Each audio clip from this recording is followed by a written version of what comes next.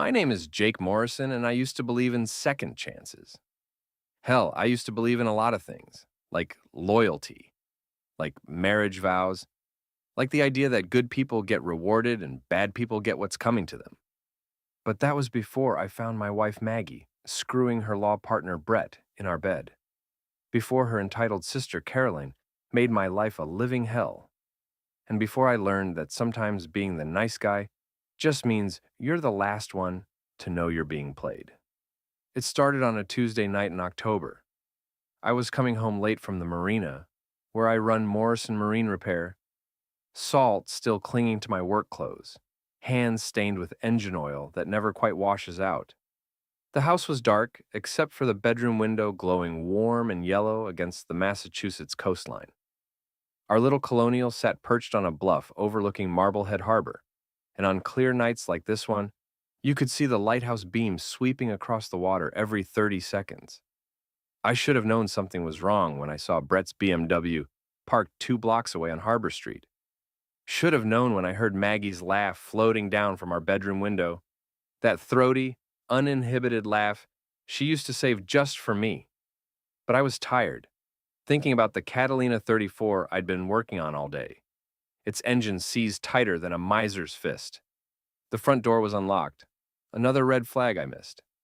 Maggie always locked the door, even in our sleepy coastal town where the biggest crime was usually teenagers drinking beer behind the yacht club. I climbed the stairs, each step creaking under my boots. The sounds from our bedroom got clearer with every step. Maggie's voice, breathless. God, Brett, right there, don't stop. Then his voice, pompous even in passion. You like that, don't you? Tell me you like it. I stood outside our bedroom door for maybe 30 seconds, listening to my wife of 18 years getting pounded by her law partner. The same Brett who came to our barbecues, who played poker with me and the guys, who'd looked me in the eye just last week and asked how things were going at home. The door was cracked open just enough to see them. Maggie on her hands and knees, Brett behind her, both of them going at it like teenagers. On our bed, the same bed where we'd conceived our kids, where she'd held my hand during her father's funeral, where we used to talk about growing old together. I didn't kick down the door, didn't scream or throw punches. Instead, I pulled out my phone and took pictures. Call it instinct, call it shock, but something told me I'd need evidence later. Then I walked downstairs, grabbed a beer from the fridge, and sat on our back porch, watching the lighthouse beam sweep across the harbor.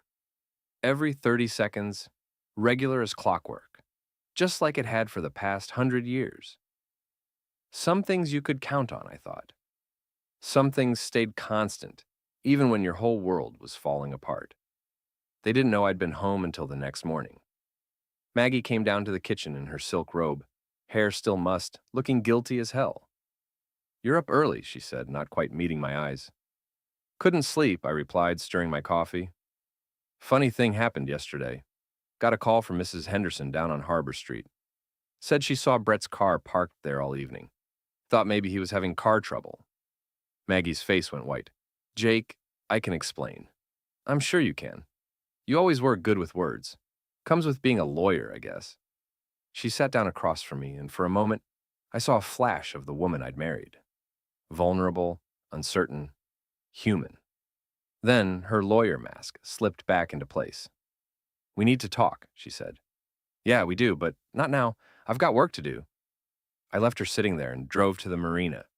The Catalina's engine was still seized, but at least that was a problem I knew how to fix. The call came 3 days later while I was elbow deep in a Yamaha outboard that had been running rough. Maggie's voice was strained, professional. Caroline's coming to stay with us for a while, she said without preamble. Caroline. Maggie's younger sister, the one who'd never worked a day in her life but somehow always had money for designer clothes and expensive vacations. The one who looked at me like I was something she'd scraped off her shoe. How long's a while, I asked. She's going through a divorce. She needs somewhere to stay while she gets back on her feet. What about that condo in Boston her husband bought her? It's complicated, Jake. She's family. Family. The magic word that was supposed to make everything okay. Caroline had been family when she'd borrowed $5,000 3 years ago and never paid it back. She'd been family when she'd gotten drunk at our anniversary party and told everyone I wasn't good enough for her sister. She'd been family when she'd tried to set Maggie up with her friend's divorced lawyer brother right in front of me. Fine, I said. But she follows house rules. No smoking inside, no bringing men home, and she helps with expenses. Jake, she's going through a hard time. So are we all. Caroline arrived that Saturday in a white Mercedes convertible that probably cost more than I made in a year. She swept into our house like she owned it, trailing expensive perfume and entitlement. Jakey, she squealed, air kissing me like we were long-lost friends instead of reluctant relatives. You look so rustic. She was 42, but dressed like she was 25. All tight jeans and low-cut tops, designed to remind everyone that she'd been the pretty sister. Her blonde hair was perfectly styled, her nails perfectly manicured, everything about her screaming high maintenance. Caroline, I said, welcome. She looked around our living room with barely concealed disdain. It's so quaint, very middle-class American. Maggie shot me a warning look, but I just smiled. We like it. It's home. Of course you do, Caroline said like she was talking to a child who'd drawn a picture with crayons. Maggie, darling, show me to my room. I need to freshen up before dinner. They disappeared upstairs, leaving me alone with Caroline's 3 matching suitcases. Louis Vuitton, of course. I hauled them up to the guest room, listening to Caroline's voice through the thin walls. Honestly, Maggie, I don't know how you stand it. This house, this town, him. You could do so much better. Keep your voice down, Maggie hissed. Why? He's probably too dense to understand anyway.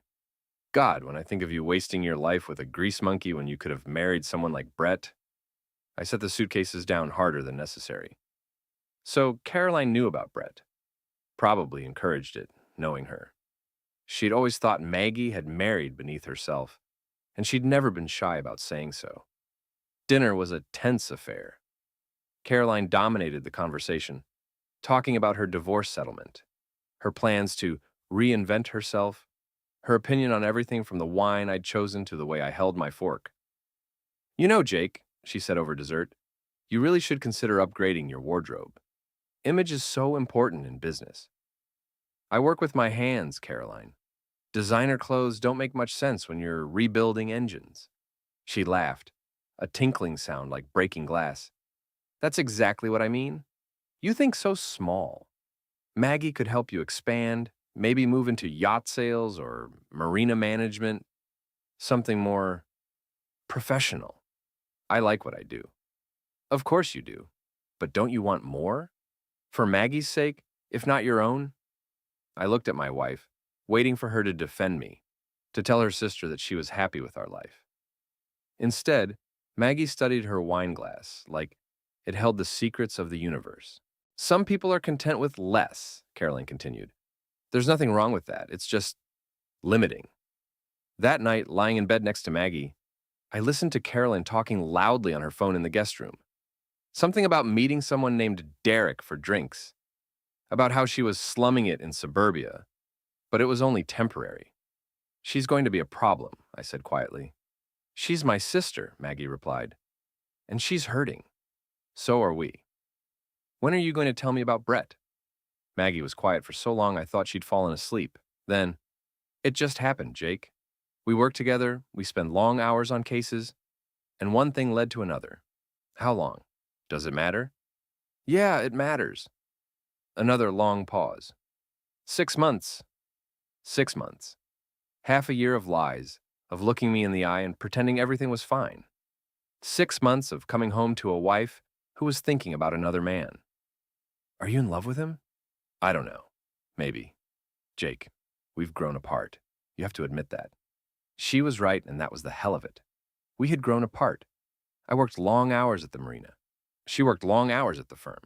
We'd stopped talking about anything that mattered, stopped making plans together, stopped being partners, and started being roommates who shared a mortgage.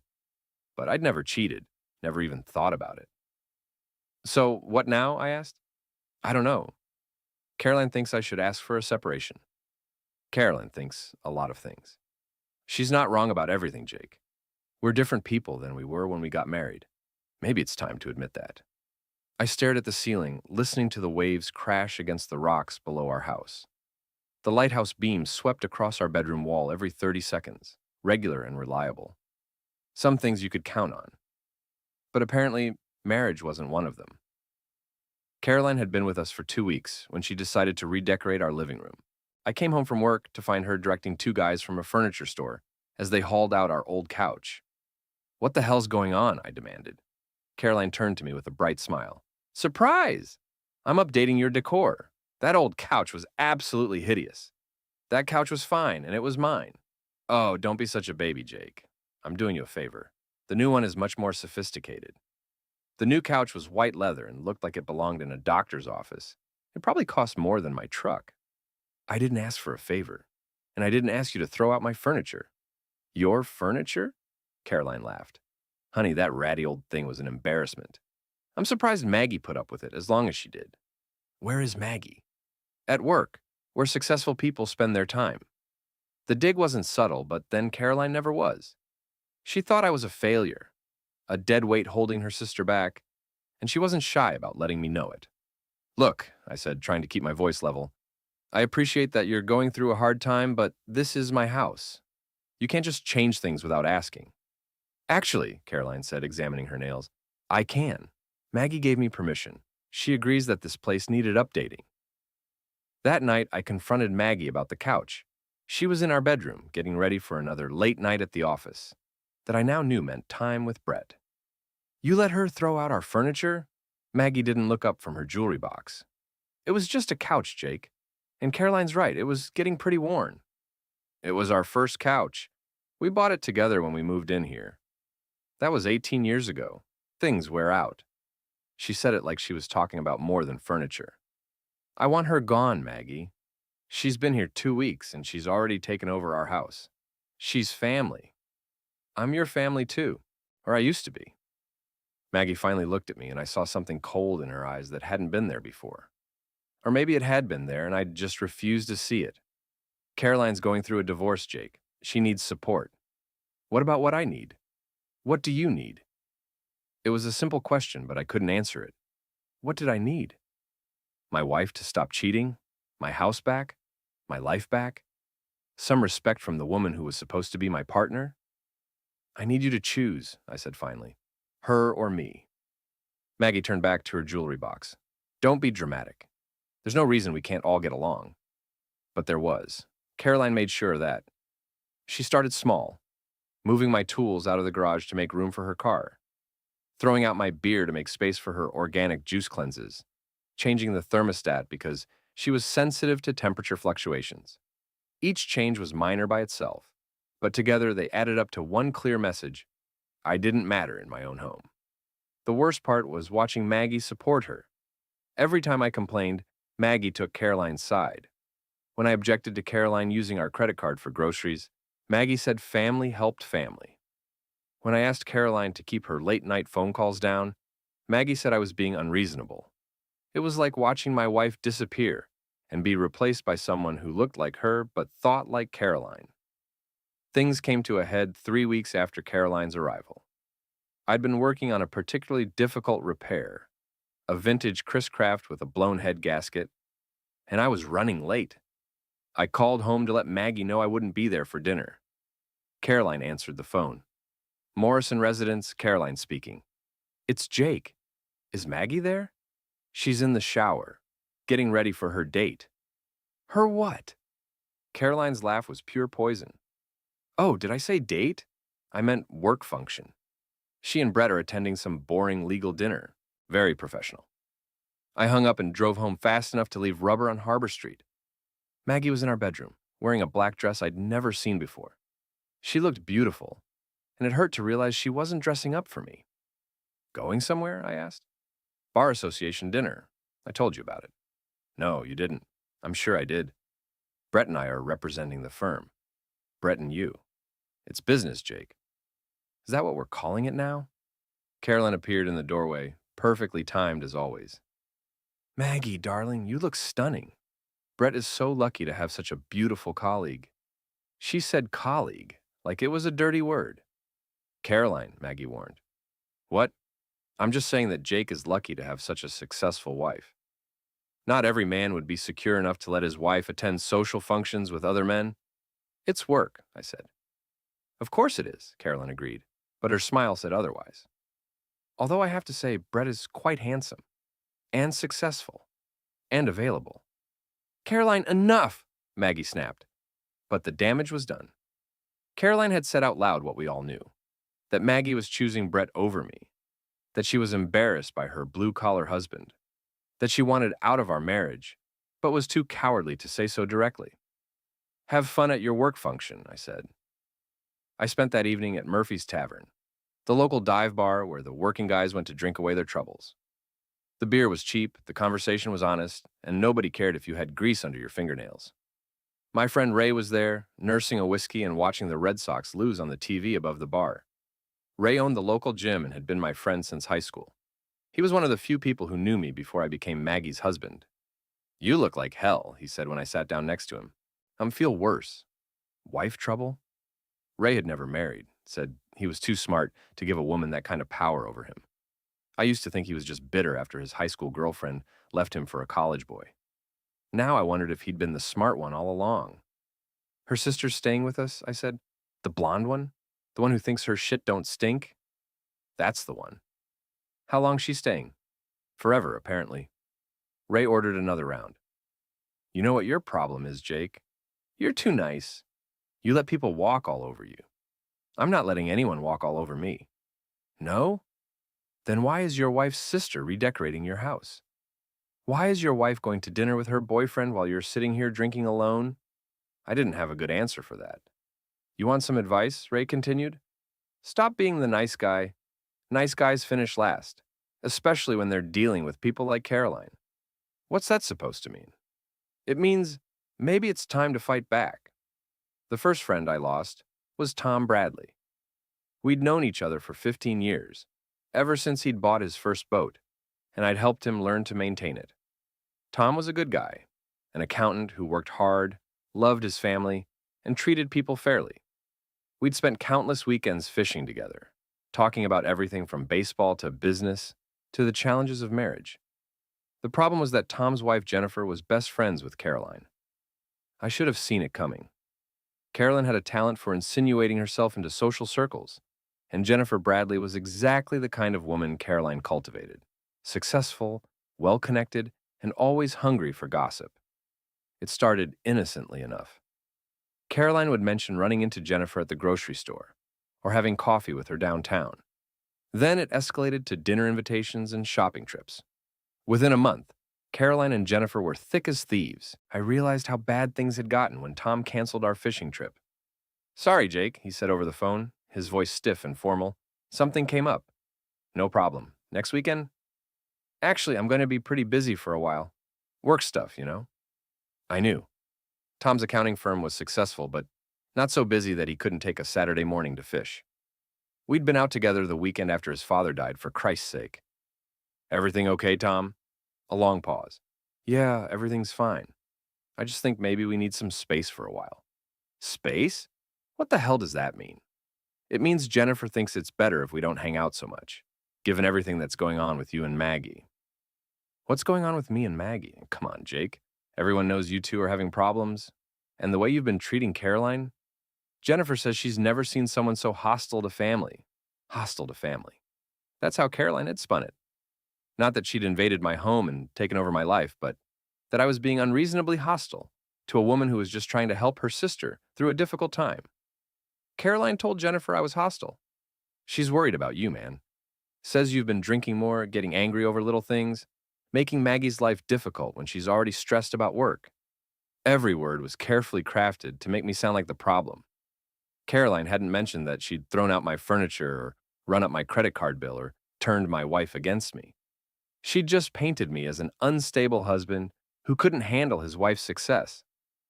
Tom, you've known me for 15 years. Do I sound unstable to you? I don't know, Jake. You sound pretty angry right now. And I was angry. Angry that my friend was choosing his wife's gossip over 15 years of friendship. Angry that Caroline's version of events was being accepted without question. Angry that I was losing my life piece by piece and nobody seemed to care. Forget it, I said, and hung up. The next friend I lost was Mike Santos.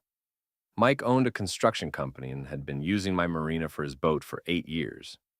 We'd worked on projects together, recommended each other to customers, built the kind of professional relationship that grows into genuine friendship. Mike's defection was more direct. "Jake, I'm moving my boat to Harbor Point Marina," he said, standing in my office, like he was delivering bad news to a terminal patient. "Something wrong with the service here?" "No, the service is fine. It's just, look, I heard about what's going on with you and your wife, and her sister." "What exactly did you hear?" Mike shifted uncomfortably. "That you've been having some problems, getting aggressive, making threats." "Threats? What threats?" "Caroline told my wife that you threatened to throw her out on the street. Said you've been drinking and getting violent?" Violent. The word hung in the air like smoke. I'd never laid a hand on anyone in anger. Never even raised my voice to Caroline despite every provocation she'd thrown at me. "Mike, I've never been violent with anyone. You know that." "I thought I did. But Jennifer Bradley says Caroline's scared of you. Says Maggie's scared too, but too loyal to admit it." "Maggie's not scared of me." "No? Then why is she staying late at work every night? Why is she talking about getting her own apartment?" That hit like a punch to the gut. Maggie was talking about leaving, and she was using me as the excuse, painting herself as the victim of an unstable husband instead of admitting she was cheating with her law partner. "I can't have my family associated with someone who might be dangerous," Mike continued. "I'm sure you understand." I understood perfectly. Caroline had launched a whisper campaign, spreading carefully crafted lies that made me sound like a ticking time bomb. She'd turned my wife's infidelity into my instability, my reasonable objections into unreasonable hostility, and it was working. The third friend I lost was Dave Murphy, owner of Murphy's Tavern. Dave and I weren't close friends, but we'd known each other for years. I'd helped him fix his boat, he'd served me beer and listened to my problems. It was the kind of casual friendship that makes small towns livable. I walked into Murphy's on a Thursday night, looking forward to a quiet beer and maybe some conversation about the Red Sox. The place went quiet when I entered. Not completely silent, but that subtle shift that happens when someone unwelcome walks into a room. Dave was behind the bar, polishing glasses with more attention than they required. "Evening, Dave." "Jake." He didn't look up from the glass in his hands. I took my usual stool and waited. Dave continued polishing. The other customers, guys I'd known for years, suddenly found their drinks fascinating. "Can I get a beer?" I asked finally. Dave looked up then, and I saw something in his eyes I'd never seen before. Fear. "Maybe you should drink at home tonight, Jake." "What's that supposed to mean?" "It means I heard you've been having some problems. Getting angry, making people uncomfortable. I can't have that kind of trouble in my place." "What trouble? I've never caused trouble here." "That's not what I heard." "From who?" Dave's eyes flicked toward the corner booth, where Jennifer Bradley sat with two other women I recognized from around town. They were watching our conversation with the avid interest of people enjoying a good show. "Just go home, Jake. Sleep it off." Sleep what off? I hadn't been drinking. I'd come straight from work, looking for nothing more than a beer and some friendly conversation. But somehow, Caroline's poison had reached even here, turning me into a dangerous drunk in the eyes of people who'd known me for years. I left without arguing. What was the point? Caroline had done her work too well. The breaking point came on a Saturday morning in November. I was in the garage, organizing my tools after Caroline had borrowed my socket set and returned it in complete disarray. The autumn air was crisp, carrying the smell of salt and dying leaves, and for a moment I could almost pretend my life wasn't falling apart. Then I heard voices from the kitchen, Caroline and Maggie, talking in the low, conspiratorial tones that had become the soundtrack of my life. "He's getting worse," Caroline was saying. "Yesterday he actually yelled at me for using the good towels." "He didn't yell," Maggie replied, but her voice was uncertain. "Maggie, darling, you're making excuses for him again. The man is clearly unstable. Look how he's isolated himself from his friends." "He didn't isolate himself. Tom and Mike just what? Just decided on their own to stop associating with him." "Come on, Maggie, you're smarter than that." I moved closer to the kitchen door, staying in the shadows. "People are talking," Caroline continued. "Jennifer Bradley is genuinely worried about your safety. She thinks Jake might become violent." Jake would never hurt me. Are you sure? Because the Jake I see isn't the man you married. He's angry, resentful, drinking too much. And the way he looks at me, it's frightening. I'd had enough. I pushed through the kitchen door, and both women turned to stare at me. Caroline's face showed perfectly calculated surprise, as if she hadn't known I was listening. Maggie just looked guilty. Frightening, I said. Really, Caroline? What exactly have I done that's so frightening? Caroline pressed a hand to her chest, the picture of wounded innocence.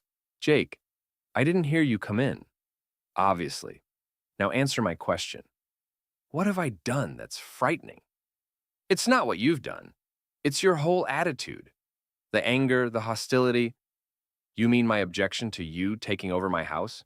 My annoyance at you throwing out my furniture and running up my credit cards? That hostility? See? Caroline turned to Maggie. This is exactly what I'm talking about. The paranoia, the accusations. Accusations? You did throw out my furniture. You did run up my credit cards. Those aren't accusations, they're facts. I was trying to help. You were trying to drive me out of my own home. And it's working, isn't it? Maggie stepped between us, her lawyer instincts kicking in. Let's all just calm down. No, I said. I'm tired of being calm. I'm tired of being reasonable while your sister destroys my life. Do you know what she's been telling people, Maggie? That I'm violent, that I'm dangerous, that you're afraid of me. I never said, Caroline began. Bullshit. You've been running a campaign against me since the day you arrived, turning my friends against me, poisoning my wife's mind, making me out to be some kind of monster. You're being paranoid? Am I? Then explain why Tom Bradley won't return my calls. Explain why Mike Santos moved his boat to another marina. Explain why Dave Murphy asked me to leave his bar. Caroline's mask slipped for just a moment, and I saw satisfaction in her eyes.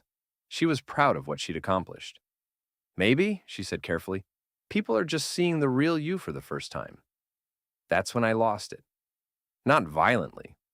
I didn't hit anything or throw anything or make any of the threats Caroline had been claiming I made. I just finally told the truth. The real me? You want to know the real me, Caroline? I'm a man who worked 16-hour days to build a business from nothing. I'm a man who's been faithful to his wife for 18 years, while she's been screwing her law partner. I'm a man who's been supporting his wife's sister for 2 months, while she systematically destroys his life. That's the real me. The silence that followed was deafening. Maggie stared at me with her mouth open. Caroline looked like she'd been slapped. Maggie's not, Caroline started. Maggie's not what? Cheating? I have pictures, Caroline. I have evidence. Your sister has been having an affair with Brett for months, and you've been helping her cover it up while painting me as the villain. I pulled out my phone and showed them the photos I'd taken that night in October. Maggie and Brett in our bed going at it like animals. The images were grainy but unmistakable. Maggie's face went white. Jake, how could I what? Document my wife's adultery? Protect myself legally? Gather evidence for the divorce you've been planning behind my back? I haven't been planning. More lies. Mike Santos told me you're looking for your own apartment. Tom Bradley's wife says you're talking about leaving me. Everyone in town knows except me, apparently. Caroline recovered first, her lawyer instincts inherited from years of watching Maggie. Taking those photos without consent is illegal. In Massachusetts, adultery is grounds for divorce, I shot back. And photographing someone in your own home isn't illegal, especially when they're committing adultery with someone who isn't supposed to be there. I turned to Maggie. So, what's it going to be? Are we going to stop pretending and deal with reality? Or are we going to keep playing this game where I'm the crazy husband and you're the innocent victim? Maggie looked at Caroline, then back at me. I could see her calculating, trying to figure out how to spin this new development. Jake, she said finally, maybe we should talk privately. No, I said. Caroline's been part of this from the beginning. She can hear whatever you have to say. Fine. Maggie's lawyer mask slipped into place. Yes, I've been having an affair. Yes, I've been thinking about leaving. But not because of Caroline, because we've grown apart. Because we want different things. Because I'm tired of feeling like I'm settling for less than I deserve. And what do you deserve? Someone who understands my ambitions, someone who can match my success, someone who doesn't make me feel guilty for wanting more than this small town life.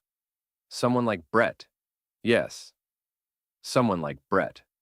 The words hung in the air like a death sentence. My marriage was over, had been over for months, and I'd been too blind or too stubborn to see it. Then why didn't you just ask for a divorce? Why all the lies and manipulation?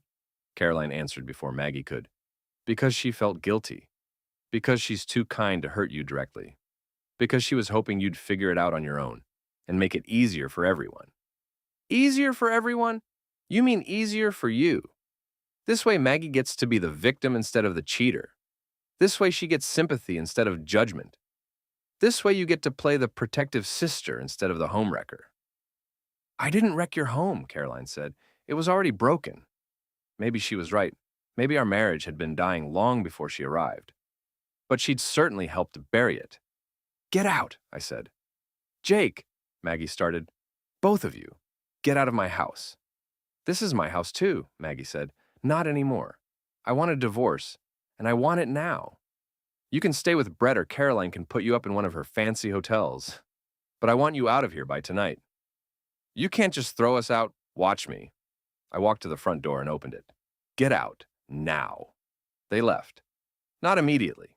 There was more arguing, more threats about lawyers and legal rights, and how I couldn't just kick them out. But in